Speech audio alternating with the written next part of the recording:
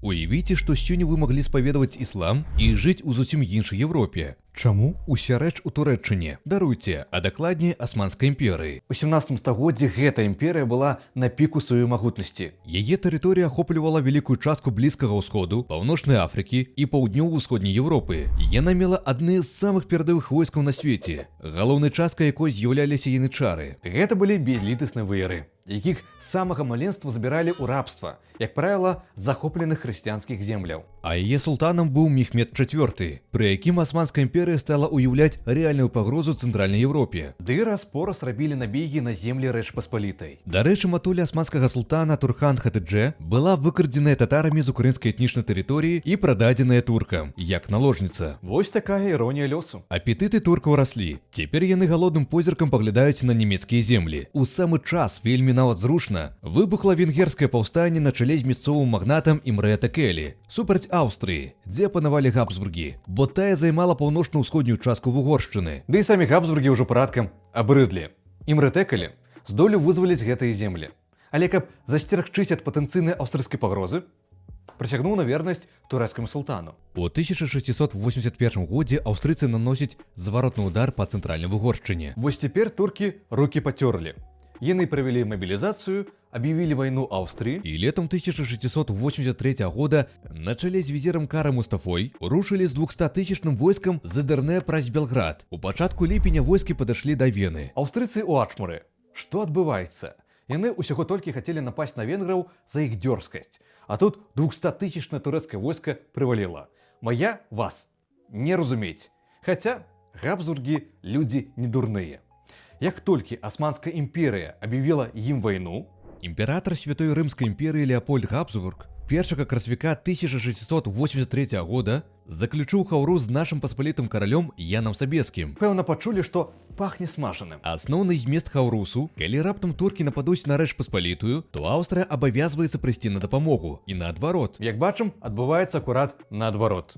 Пад сценамі Вены стаіць турэцкае войска, за сценамі Вены адбываецца перапалах, а сам горад даваць адпор не гатовы. Хуценька быў пасланы да Яна Сабескага ганец з навіной пра асаду Вены. Кароль і вялікі князь 2 жніўня пад Кракавам забраў 27-тысячнае войска. Яму спатрэбілася 8 дзён, каб дайсці да Вены. Тутака паспалітыя войскі з'ядналіся з войскамі хаўруснікаў, аўстрыйцамі, баварцамі, саксонцамі і іншымі. Цяпер адбіваць Вену было гатовае 70-тысячнае войска, на чале которага стаяў кароль Ян Сабескі, хаця мусіў імператар Леапольд Габсбург.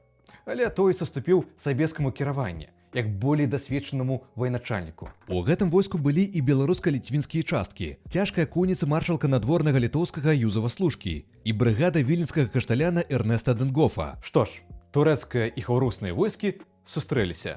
Чаго чакаць? Ды будзе бой. 12 верасня а 4 раніцы туркі першымі атакавалі хаўруснікаў, паралельна спрабуючы ўзяць горад і нават узарваць яго сцены. У Яна Сабескага быў туз у рукаве, кароўная конніца. Так, гэта крылатыя гусары, пры выглядзе якіх нашы з вамі сарцакі пачынаюць моцна тахкаць. Крылатыя гусары бездакорна ўзброеныя, а гэтаксама маюць крылы за спінамі, якія падчас руху гучна трымцяць, тым самым стварае эфект шматлікасці і пагрозлівасці. Крылатыя гусары без праблему прарывалі турэцкія шэрагі.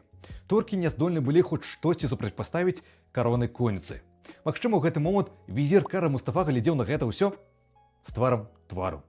Ну што ж, не пашанцавала на поле бою, можа атрымаецца ўзяць Вену. І ён аддае загад скіраваць усе свае сілы на ўзяцце гораду, замест таго, каб паспрабаваць штосьці прадпрыняць на поле боя. І гэта была памылка. Ажно 12 гадзін трывала бітва. Турэцкія войскі ўжо стомленыя, ды так і не змаглі ўзяць горад. Дзякуючы напору кароны кавалерыі, туркі змушаныя былі адступаць. Вена вызваленая, туркі разбітыя. Ян Сабескі атрымаў нечувальную славу і прайграў. Як бы то ні было парадаксальна, але вызваленне аўстрыйскай Вены паспрыяла ўзмацненню Аўстрыі, што спрычыніцца да падзелу ў Рэч Паспалітай. Існуе меркаванне, што калі б Асманская імперыя ўсё ж захапіла Вену, то, па праўдзе, нічога б страшнага і катастрафічнага не здарылася.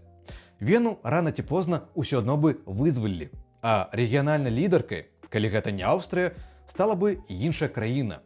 Хаця то проста разважанні. Але як факт, гэта была апошняя грандыёзная перамога войскаў Рэчы Паспалітай у яе гісторыі. Затое у нас пасля венскай бітвы з'явілася кава. Існуе прыгожая легенда. Нібы пасля разгрому туркаў кава з іх лагеру трапіла пераможцам, і русін Юрый Францішак Кульчыцкі адкрыў у Віні першую кавярню. Насамрэч гэта ўсяго проста прыгожы міф. Няма пацверджання, што Кульчыцкі увогуле існаваў.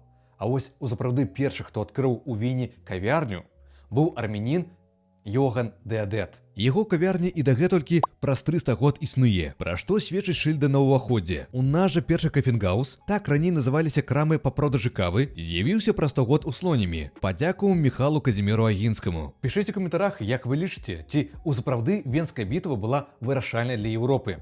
І калі вы жадаеце, каб выпускі выходзілі няспынна, то падтрымайце мою працу на Патрыёне. А гэты выпуск дасылайце сваім сябрам і сяброўкам.